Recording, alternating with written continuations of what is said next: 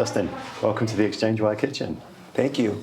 Happy to be here. I'm thrilled to have you here, and you're going to really kind of enlighten me today because this is a subject that I don't know much about, and I'm really keen to get your take on it. We're going to be talking about dark traffic. First of all, what drink have you chosen for our conversation? I've chosen the famous English breakfast tea. Excellent, good choice while you're in town. Exactly. Brilliant. Yeah, I'm on an afternoon cortado today. Awesome. Before we get into the subject, tell us a little bit about yourself and how you founded AdShield. Of course. Yeah. No. This is definitely something that I wasn't expecting to do, but at the same time, I think that I'm enjoying it every single day. I used to be in finance. I was helping companies doing M&As and potentially investing in public stocks. That's what I used to do on Wall Street. But I always wanted to do my own thing, and actually stumbled upon it. When we first started it, we actually got on a crowdsourcing platform and asked people, what type of product would you like to see the most? And the number one feature and product that people asked for was an ad blocking tool. Yeah. That's when YouTube was starting to roll out their ads, and people were actually complaining that the ads were kind of distracting them. So that's when we started, and that's what we developed. We developed a very effective ad blocking tool back then, and that was already about 6-7 years ago. What we didn't realize was that we didn't realize how much of a harm that we were doing to the publishers. I mean, when we first started, it was very successful. We'd had a couple 100,000 downloads in a few days. It was very successful, but we realized that how much of a harm that we were doing to the publishers. And after we realized that, we actually pivoted to the other side and started helping out the publishers, and that's when it started. And we had ups and downs, but finally got a product that we feel like have the right product market fit, and we've been growing ever since. Amazing. Well, I think when you mentioned ad blockers, there'd be a few hearts and mouths in our audience about the ad blocking technology, but like you said, you pivoted, and AdShield is something different entirely. Before we get into dark traffic, give me a little bit of spiel about AdShield and what you do. For sure, yeah. So AdShield, we help publishers address and monetize the traffic that's been not addressed and monetized by the traditional tools. And what does that mean? We help publishers address the dark traffic, and the dark traffic is something that we can explain later on. Fantastic. So let's go into it. Dark traffic, tell me about it. And it's a really interesting area, and this is going to be of huge interest to our audience. But yeah, give me the lowdown on dark traffic. For sure, yeah. So the dark traffic is something that is being created by the next generation ad blockers. So obviously the ad blockers in general have been blocking and removing any type of ads. I think that the most recent next generation, newer generation of the ad blockers have been blocking not only the ads, but also different types of trackers and the measurement tags and anything that is related to tracking people's activities on the web. And that's been really infringing on some of the publishers' activities and i.e. really the monetization efforts.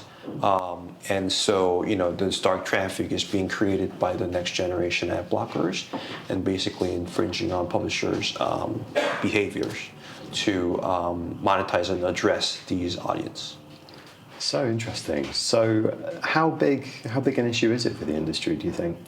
Yeah, I mean, we think that, according to the data and, the sample set that we have created and collected, we're seeing anywhere from 10 to 30% of the entire web traffic is on the ad block traffic. And among those ad block traffic, about, 60 to 80% of the ad block traffic we consider as the dark traffic that is currently not being addressed by the legacy solutions. Okay, and this is where AdShield can come in and help to recover these? That is correct. Excellent. How does it work? Yeah, this is the technology that we developed. Obviously, this is a newer technology that's been not really existent on the market. And we've spent the last 4 years to 5 years perfecting it. What we do is we detect, we're on publishers' websites. And when we get in there, we basically detect if the ad blockers or if there are any attempts to block or remove the ads or any type of trackers. When we detect that, we will basically protect the ad slots that are supposed to be gone, and we're basically re-rendering or rerunning the publisher's ad stack so that we are able to monetize these traffic that was previously not being monetized. Okay, really interesting. So it is really, of service to the publisher to help them make the most of the ad stack that they have at the moment. For sure. And also it's a way to basically address the audience that's been not recognized by the audience, by the publishers. So if publishers thought that their audience is 100, there were 100 members of the people, or the 100 visitors of the website, then what we do is we uncover anywhere from 10 to 30 additional users that have been coming to the website. And when we detect that and address that, we actually help them kind of create, or not even create, but basically address the users that has not been addressed by the traditional methods. That's really interesting. And so it's about a 10 to 30% extra traffic you can uncover that's been blocked. I mean, obviously the range is pretty wide, but yeah, typically speaking, I would say the 10 to 30 is kind of the range that we're seeing. That's a lot of lost traffic. That is a lot of, and that's, like you said, that's a lot of income being lost as well and being recovered. So a really interesting space to be in. So you mentioned YouTube earlier and the problem with ad blockers there, but it's not just kind of an individual personal choice on ad blocking. There's a network issue here, right, as well? That is very correct, and I think that that's a piece that a lot of people are missing or not really necessarily understanding. So a big chunk of it, over 50% of the ad block traffic that we see, over 50% of the dark traffic is actually being caused by the network level providers. So whether it be the IT level setting or the VPNs of the world, or any type of configuration that the network has kind of enabled to block and remove any type of request from going out to the ad servers. And I think that that means that the end users necessarily didn't have a choice to block the ads. So they don't necessarily understand the fact that they're blocking or removing the ads, and they did not have a choice to block the ads. So that's a big portion of the traffic that we are trying to help publishers address. Yeah, I think that's important. It's not just the people who are actively employing an ad blocker, it's people whose settings make it, they're unaware. They wouldn't want to withhold that particularly from publishers. So very interesting. For sure. What do you see as, alongside that traffic, of course, what do you think are the main challenges for the publishing industry, and how are you seeing the whole industry at the moment? What's the atmosphere like? For sure, I think that obviously, I think that it is widely known. I think that everyone would agree that publishing industry has been kind of under threat by a lot of different things. Obviously, AI is one thing. There's been a whole loads of the zero-click search or the Google Discover, and I think people are somewhat struggling or being pressured by the advance of AI tools. Yep. And I think that more and more publishers have been trying to focus on their organic audience, the people that come back to their website because of the original content that they create. So when they do that, I think that this is actually to enhance that core set of audience that's been keep coming back to people. And I think that that's basically something that we want to help and work together with publishers to address. Yeah, that's in it. We have a lot of conversations with publishers, and there are challenges, certainly a lot of threats at the moment. One of the main strengths that they often all come back to is that the strength of their audience and the power of that loyalty that the audience have, and also the need to basically make the incremental gains in terms of monetization when they can. So For sure. Something like AdShield can make a difference to them. It's interesting. Sure. Yeah, I mean, and I think that this is very timely, right? And I think that is probably also why we've been able to really get traction and been able to grow very quickly over the last year or so. I mean, we grew anywhere from 30 to 50 times last year, and the adoption has been very quick.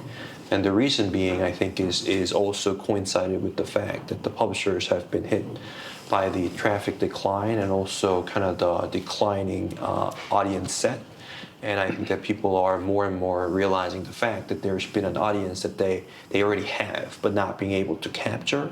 So once we give them the tool to recapture the audience that they already had, it's an instant kind of the recapture of the audience. And I think that that's what's been kind of driving kind of the growth and also the adoption of this new tool. Yeah, I can totally imagine from the publisher side, and I was reading some figures in the Press Gazette today about the drop again in UK traffic in April across news publishers. It's down 10% generally across the board. Right. And so I can imagine you're popular at the moment for publishers wanting to recover that revenue stream. Yeah, I mean, I'm thankful, but at the same time, more importantly, I want to make sure that the market and the industry realize and understand about this issue, right? Most people still think that this is a non-problem, non-issue. Most people think that this is a very insignificant or small percentage of the traffic. That is absolutely not true. We work with the largest publishers and media companies around the globe, and people are finding out that there is a wide gap between what they thought the percentage of the ad block traffic is versus what the actual ad blocking traffic is. So I want to help and work with the publishers to address this problem that's been neglected for years. Yeah, I think there's a big education piece in that for you to talk to publishers about, because I can imagine people, like you've just said, they do dismiss it as a small non-issue. It's a micro area of traffic, nothing to worry about. When in fact the numbers that you have and the percentages, that's it can add up. It can really add up for the publishers. It definitely could, yeah, for sure. So have you found that as your journey's progressed, that it's, people are not just receptive to the idea of Ad Shield, but also that they haven't really understood the dark traffic issue to start with? Yeah, no, I think that's a great question. I think that people, once they see the numbers, I think that the journey to get to actually getting any of these stuffs implemented, I think that journey has been kind of the longer process. Once people actually implement either our solution or actually see the magnitude of the problem that they've been not seeing, I think that the people has been very quick to admit and actually kind of expand on this traffic that they've been not able to realize. But in order to get to that kind of I wouldn't say leap of faith, but basically to get to the point where they're convinced and they want to do something about it, I think there's still a lead time to it. So we want to basically reduce that for the publishers, and that's what I've been trying to evangelize. I mean, we've been trying to evangelize the fact that there are, percentage of the traffic that they've been missing, and they are very much entitled to, because these are the audience that's been kind of coming back and consuming the content that they created, but they've never been able to actually address this type of an audience. Yeah, so it's a new opportunity, and imagine, you have many discussions to educate them about this. Right, sure. Very interesting. I mean, it's a new one on me, to be honest, since we began talking about dark traffic, and I've seen some of your kind of LinkedIn evangelizing about this situation, and it's not something I knew about, so I was looking forward to hearing about it from you. But that's awesome. Yeah, it's a really interesting area, and like I said, a hot one for publishers who are at the moment like any monetization of traffic they can get, any extra additional income in this time of publisher threats. It's fascinating to me, so really interested. What responsibility does the industry have here for the rise of ad blockers to start with? I mean, how does the industry need to adapt to ward off the issues that have caused this growth of dark traffic to start with? Is there a greater responsibility to be less intrusive, to just be better creative, to provide something audiences want? Where do you think the responsibility really lies? That's a great question. I mean, I think that's that really kind of nails down the fundamental. I shouldn't say a problem, but fundamental issue that's been penetrating. I think that it has been a kind of the flywheel of impact of people or publishers who are kind of throwing out more ads because they've been kind of low on the revenue or the sources of funds to create quality content, and then on the consumer end, the visitor end, kind of bombarded with the ads that they don't necessarily want to see. So I think that in order to stop that, we feel like there is a general responsibility from the publishers and also the advertisers to actually come up with, number one, the quality content, but also number two, more relevant, more creative ads that are relevant for the visitors and readers of their content.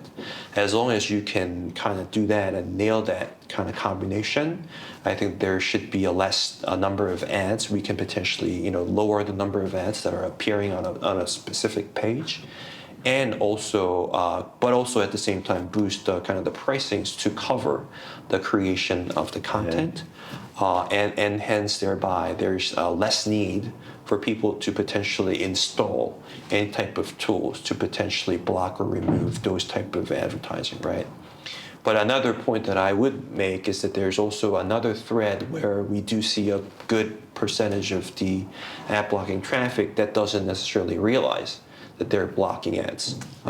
So, I think that that's something that can be also addressed by the fact that there is a need to work with the network level providers or VPNs or whatever that may be to make sure that the ads or kind of the relevant ads are not an intrusion of either the data or security. There is some concern around that. So, I think that that's something that as an industry, that's something that we need to solve for a more sustainable, longer-term future.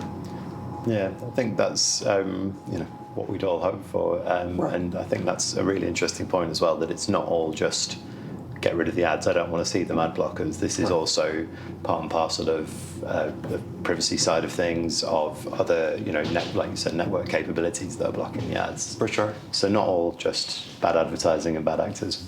For sure. No, yeah, and what is very surprising to us is that what we realize is that over half, more so close to 80% of the users are actually open to seeing the ads. It's not that they're closed-minded, that they want to see zero ads. Rather, they've been just sick and tired of too many ads, right? Or not relevant ads. So when we combine that, that means most of the users on the internet, on the web, they realize and they recognize the fact that they are gonna see ads. They're expecting to see the ads. So, I think that's a big piece of the puzzle too that we need to be aware of. That these are the users who are open to seeing the ads, and we just need to make sure that they're seeing the right type of ads with the right type of experience. And once we do that, there's really no need for blocking or removing these type of ads. Yeah.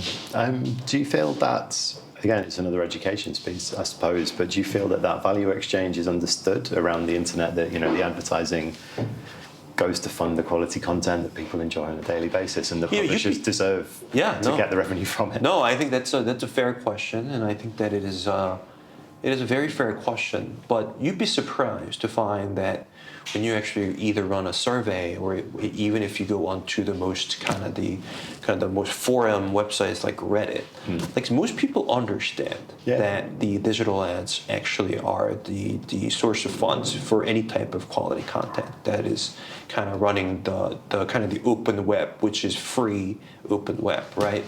I think that there are obviously a small cohort of diehard people who feel that they want to see no ads whatsoever, and like they kind of fundamentally understand it, but they're opposed to seeing any type of ads. But we do think that is a very small percentage. Yeah. Most of the users or the readers and visitors on the website or on the web understand the fact that they are at the core of the free open web.